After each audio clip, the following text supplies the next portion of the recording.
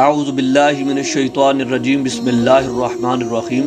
بندہ ناچیز قادیانیوں کے ایک اعتراض کے جواب میں حاضر ہے اور انہوں نے یہ ایک چیلنج کیا ہے کہ اگر کوئی حضرت عیسیٰ علیہ السلام کا زندہ جو ہے آسمان پر بما جسم اٹھائے جانے کے اگر کوئی ثابت کر دے تو ہم اسے اتنا انعام دیں گے۔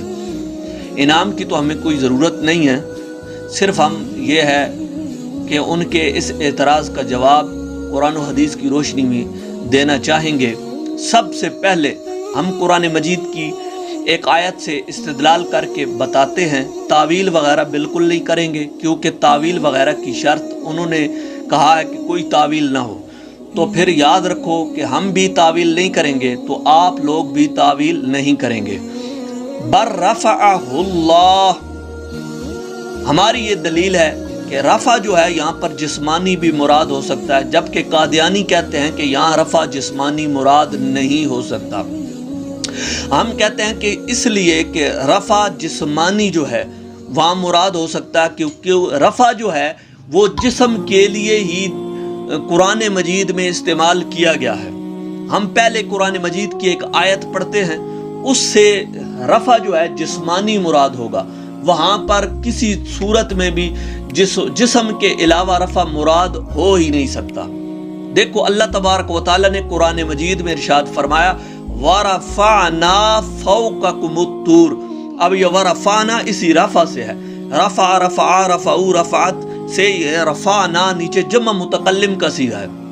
اب یہی وہی رفع ہے کہ ہم نے طور پہاڑ کو تمہارے سروں پر بلند کر دیا، رفع کر دیا، اٹھا لیا تمہارے سروں پر۔ اب مجھے آپ یہ بتائیے کہ اب یہاں پر یہ جو طور پہاڑ ہے اس کو اٹھایا ہے، تو اب طور پہاڑ کا تو ایک جسم تھا، ایک اس کا وجود تھا، تو دیکھا رفع جو ہے یہ ایک جسم کے لیے بھی بولا جاتا ہے، اور قرآن مجید کی نص سے یہ بات بالکل ثابت ہو گئی۔ تو یہاں پر بھی یہ رفع جسمانی ہی مراد لیا جا سکتا ہے، کیونکہ دوسری جگہ قرآن مجید میں رفع جو ہے جسمانی مراد لیا گیا ہے۔ اس پر میں قرآن مجید کی ایک اور آیت آپ لوگوں کے سامنے پیش کرتا ہوں۔ دیکھو اللہ تبارک و تعالیٰ نے قرآن مجید میں ارشاد فرمایا وَإِذْ يَرْفَعُ إِبْرَاهِيمُ الْقَوَاعِدَ مِنَ الْبَيْتِ۔ تو جب ابراہیم خانہ کعبہ کی بنیادیں اٹھا رہے تھے، اب یہاں پر بھی یرفعو وہی رفع ہے، یہاں پر بھی اب بنیادیں جو ہیں یہ تابی اٹھائی جا سکتی ہیں کہ ان کا ایک وجود ہوتا ہے، ان کا ایک جسم ہوتا ہے۔ تو دیکھا رفع جو ہے جسم کے لیے بھی استعمال کیا جاتا ہے، تو پھر کیا وجہ ہے قادیانی یہاں پر رفع جسمانی کی نفی کیوں کرتے ہیں؟ کیا قرآن مجید میں تعارض ہے کہ ایک جگہ پر رفع جسمانی ہو دوسری جگہ پر رفع جسمانی نہ ہو؟ یہ تو قرآن مجید میں تعارض آ جائے گا، اجتماع نقیضین لازم آئے گا، اور اجتماع نقیضین باطل ہوا کرتا ہے۔ اب میں اس پر ایک جو ہے حدیثوں میں بھی یہ بات ثابت ہے، اور بخاری شریف کی حدیثیں بھی آپ کے سامنے پڑھتا ہوں۔ دیکھو بخاری شریف کی حدیث پاک میں آیا ہے کہ اذا صلی کبرا، جب نماز پڑھے تو تکبیر کہے، وَرَفَعَ يَدَيْهِ، اور اپنے ہاتھوں کو بلند کرے، رفع بلند کرے، اٹھا لے اپنے ہاتھوں کو۔ کیا اب یہاں پر جسم نہیں اٹھتا؟ کیا یہ ہاتھ جسم کے سے ہٹ کر ہیں؟ یہ جسم کے ساتھ ہی ہیں، تو یہ جسم کا رفع ہے، رفع۔ تو پھر یہاں پر رفع یدیہ، تو پھر جو ہے ان یرکع رفع یدیہ، پھر آگے فرمایا اذا رفع راسہ، پھر آگے فرمایا من الرکوع رفع یدیہ۔ دیکھو بار بار رفع کا لفظ یہاں پر بھی استعمال کیا جا رہا ہے، تو یہاں رفع سے مراد معلوم ہوا کہ جسمانی رفع ہی ہے۔ جی ہاں، اب آپ اس کا کیا جواب دیں گے؟ اب ٹھوس میری طرف سے سوال ہے، پوری قادیانیت کو یہ چیلنج ہے، رفعہ جو ضمیر رفع کے ساتھ ذکر کی گئی ہے، یہ ضمیر جو ہے یہ بولی ہی ذات پر جاتی ہے۔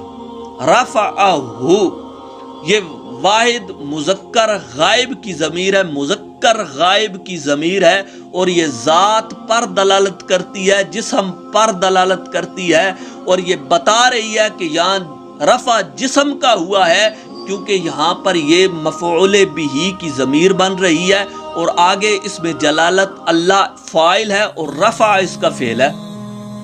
جی ہاں، اب دیکھا کہ ضمیر سے یہ بات واضح ہو گئی کہ حضرت جو ہے آپ کا جسم ہی اٹھا لیا گیا تھا۔ یہ تو بھائی حدیثوں سے ثابت ہوا رفع کا معنی، قرآن کی آیتوں سے رفع کا معنی بالکل واضح طور پر ثابت ہو گیا۔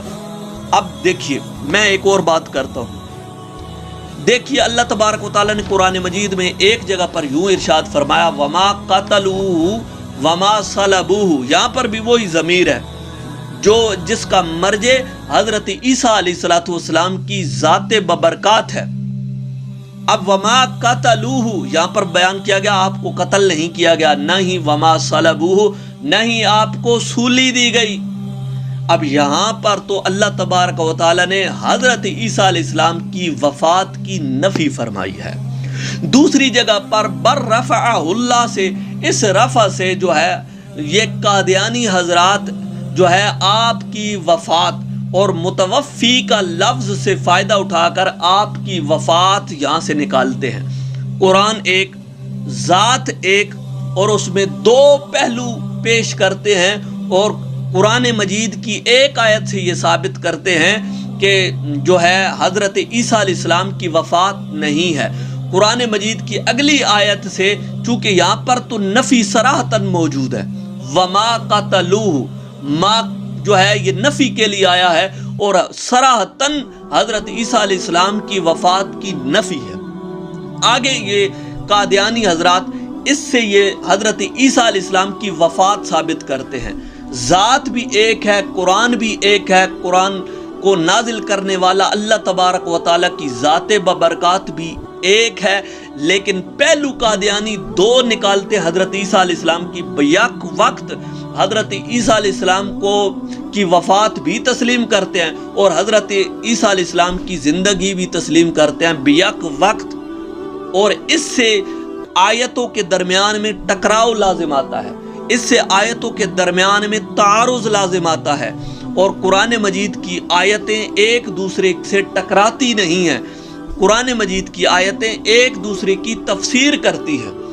تو اسے کہتے ہیں کہ اجتماع نقیضین۔ تو جب آپ دو ایسی چیزیں جو ایک دوسرے کی ضد ہیں جب آپ ثابت کرتے ہیں تو اجتماع نقیضین لازم آتا ہے۔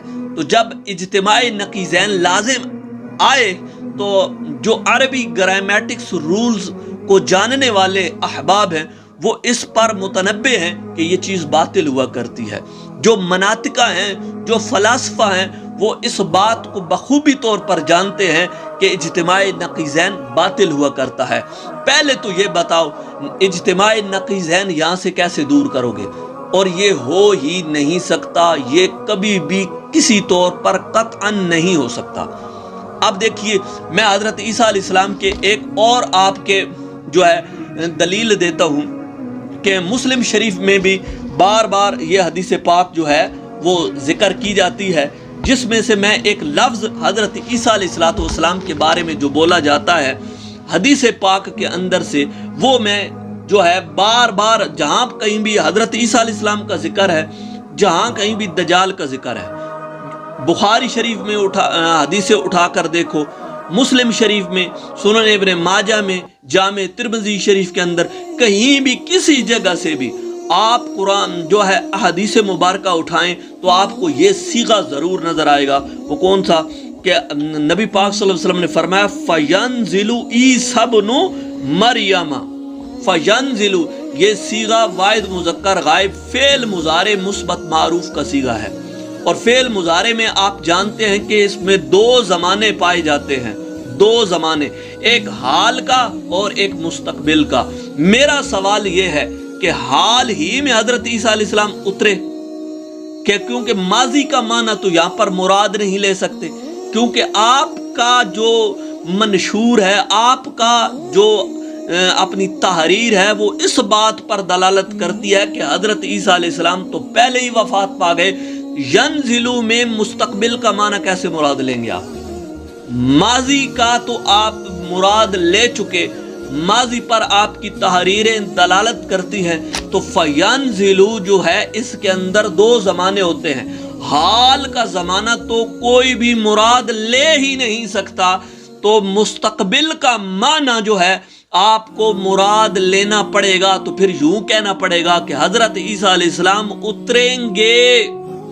تو جب یہ کہیں گے اتریں گے تو پھر آپ کا وہ معنی کہاں چلا گیا کہ آپ تو کہتے ہیں کہ حضرت عیسیٰ علیہ السلام کا جسم بلند اٹھایا ہی نہیں گیا، کیونکہ اترنے کا معنی تو تب ہی مراد لیا جائے گا کہ جب آپ اوپر سے نیچے اتریں، تب ینزلو کا معنی بنے گا.